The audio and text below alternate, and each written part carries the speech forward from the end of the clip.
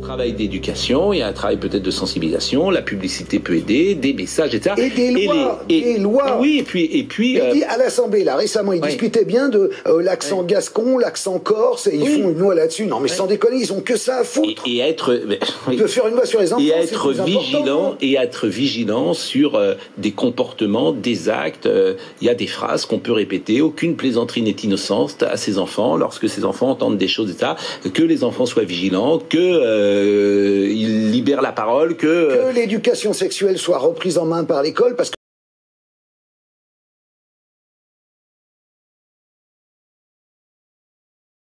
l'éducation sexuelle soit reprise en main par l'école, parce que l'éducation sexuelle des gosses aujourd'hui, c'est d'aller regarder Pornhub mais là, qu'est-ce que sérieusement, je suis d'accord avec vous, mais qu'est-ce que vous pouvez faire avec des gosses de 12 ans qui ont accès à tout aujourd'hui? Eh ben, avec des gosses de 12 ans, vous commencez, parce qu'ils en sont toujours au niveau, oui, le petit papillon aime beaucoup la petite fleur et tout. Mais il faudrait peut-être leur dire, bon, tu as vu, là, la sodomie sur Pornhub, allez, on regarde la sodomie tous ensemble. Ils la regardent, de toute façon. Tu as vu, là, la sodomie sur Pornhub, allez, on regarde la sodomie tous ensemble. Ils la regardent, de toute façon. Eh ben ça, normalement, non pas le premier jour, même pas le troisième. Tu vois ce que je veux dire? C'est comme ça que ça marche. Vous pensez qu'il faut faire... Et surtout, chez certaines... Je veux dire, vous pensez qu'à l'école, il faut arriver sur ce type mais c'est pas à 12 ans, il faut leur en parler à 5 ans, à 6 ans. De la sodomie? Mais ils commencent à regarder ça beaucoup plus tôt que tu crois. Non, pas à 5 ans. Mais bien sûr que si. En 2 clics. Non. Mais ouvre les yeux. Je pense pas les enfants de 25 ans, j'en sais rien. J'ai plus d'enfants de 5 ans chez moi. Mais je... Bientôt des petits. Je vous remercie. Je n'en ai pas encore l'âge. Je vais attendre. Oméra, peut-être Oméra Cellier qui est avec nous. Bonjour Madame Cellier. Ah, elle n'est pas avec nous, Madame Cellier. Elle est présidente de l'association Innocence en danger. Non, mais ce que vous dites est intéressant. Je ne sais pas si c'est... moi, j'ai une fille de 5 ans. Oui. Et je la sensibilise. Elle n'a pas accès à Internet comme le dit Carl Zéro. Par contre, je la sensibilise à cette question avec des mots. Je ne vais pas lui demander, mais je lui dis de faire attention, de ne pas parler à tout le monde, les gens qu'elle ne connaît pas. Donc je sensibilise avec des mots, non pas, comme vous l'évoquiez, des mots assez ils savent beaucoup assez plus forts, tôt. mais je la sensibilise dès le plus jeune âge pour qu'elle soit en alerte. Mais il y a intérêt, on a changé d'époque. Avec Pascal, on lisait Paru Hollywood en transpirant.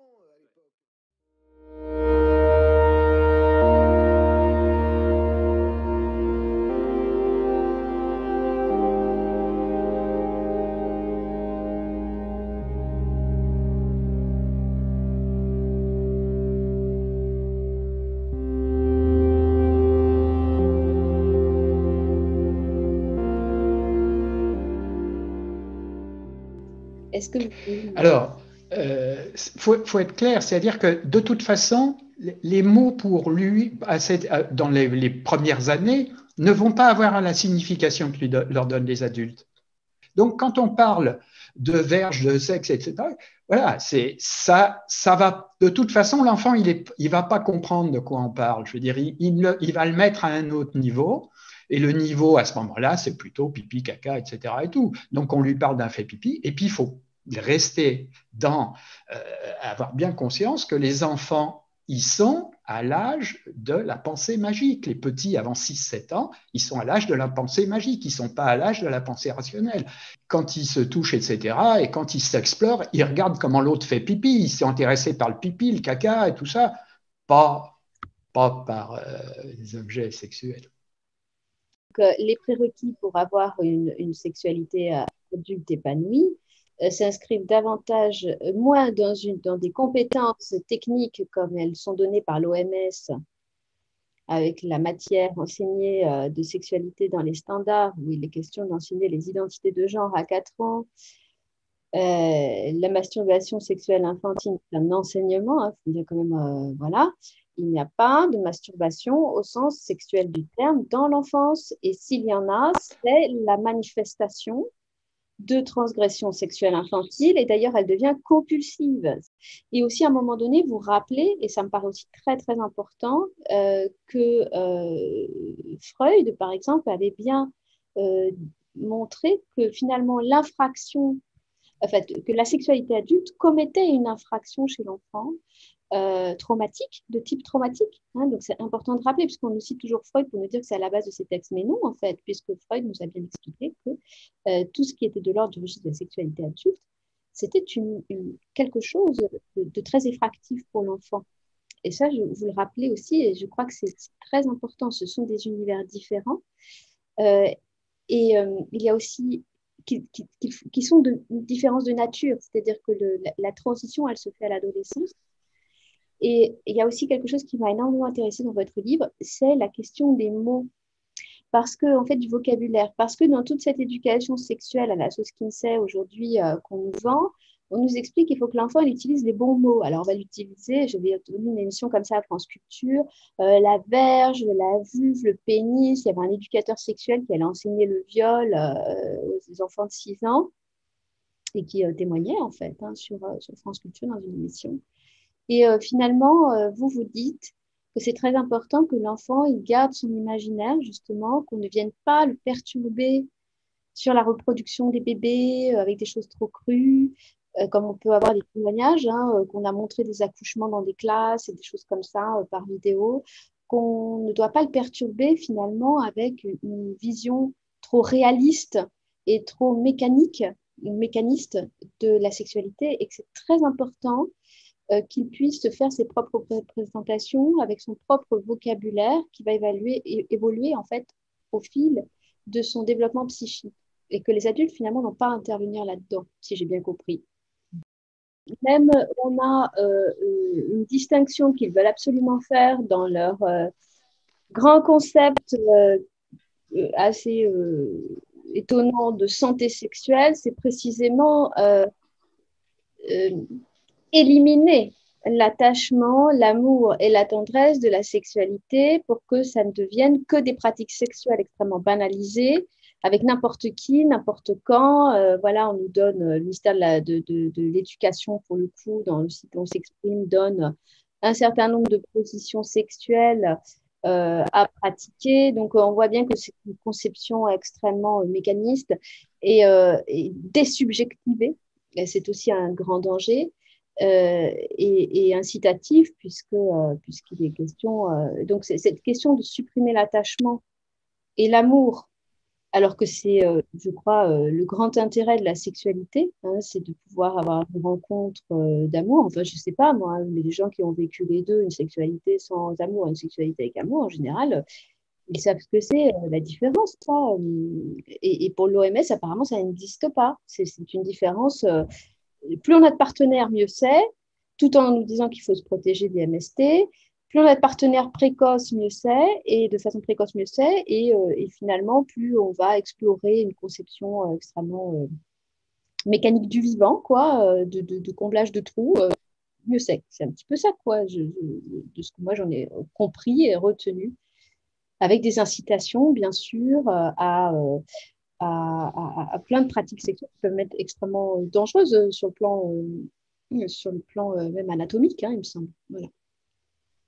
Oui, moi j'ai reçu quand même pas mal de témoignages de jeunes adultes témoignant avoir reçu cette éducation sexuelle actuelle et ils en sont traumatisés, c'est-à-dire qu'ils expliquent même que ça a été un choc parce que c'est fait de façon prématurée, c'est fait en groupe, donc il n'y a aucun respect de la pudeur et de l'intimité. Et puis, il y a des images aussi qui sont diffusées. Alors, je prends des exemples. Il y a maintenant, aujourd'hui, il y a le nouveau lobby qu'il faut montrer les adultes, le corps des adultes nus. Je l'ai vu, ça, j'ai des références. Je vais mettre sous la... Je vous entends pas bien. Il faudrait mettre le corps il faudrait montrer aux enfants à l'école le corps des adultes nus, comme ça ils sont bien au courant de l'anatomie ou encore des accouchements voilà, en direct. Ceci traumatise les enfants, c'est très clair. Oui. C'est-à-dire qu'il y a quelque chose qui vient faire effraction parce que l'enfant n'est pas prêt. Et encore une fois, il n'est pas prêt, même à l'adolescence, il n'est pas forcément prêt et surtout pas du tout prêt en groupe. Enfin, c'est totalement... voilà, donc moi, je trouve qu'il y a aussi cette question qui revient dans les standards de la sexualité, une matière pédagogique. Qu'est-ce que vous en pensez? pour les enfants? Alors, d'une part, je suis quand même, en tant que père de famille et en tant que grand-père, je suis quand même un peu plus qu'étonné, enfin, très inquiet sur le fait qu'on ne parle pas, c'est pas destiné aux parents. Et toute cette éducation, c'est scolaire, obligatoire dès le plus jeune âge.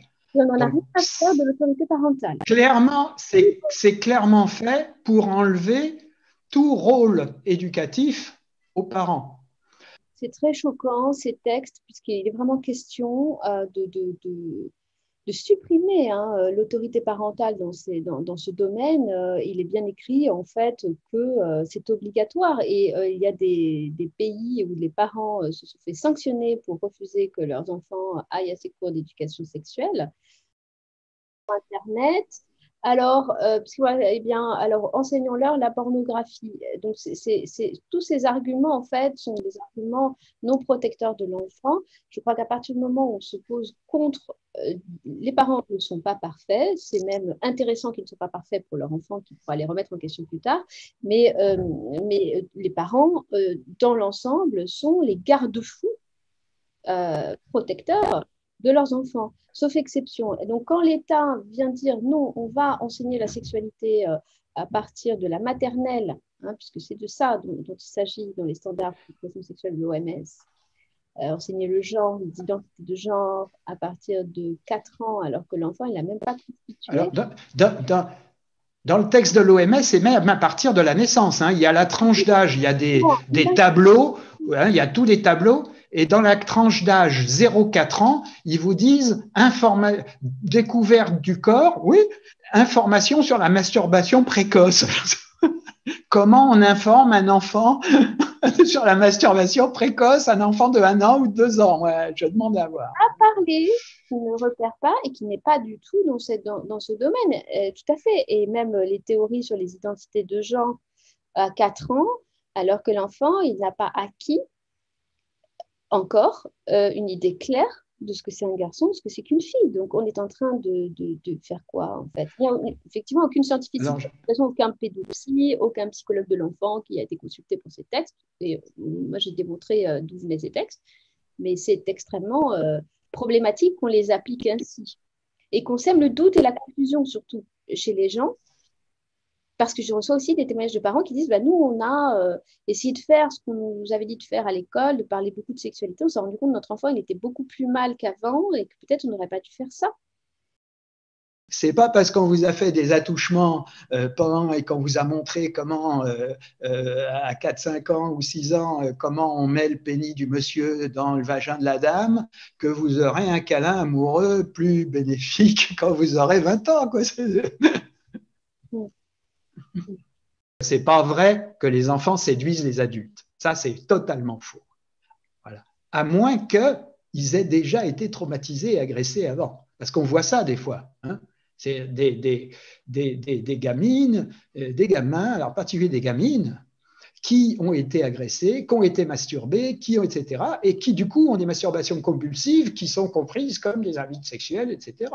Mais c'est dans ce sens-là que ça se passe, c'est pas dans l'autre sens. C'est très important à préciser tout ça. Bon, est-ce que vous voyez… C'est ça, donc ça c'est le premier niveau, et l'innocence, ne volez pas leur enfance, voilà, si je peux résumer.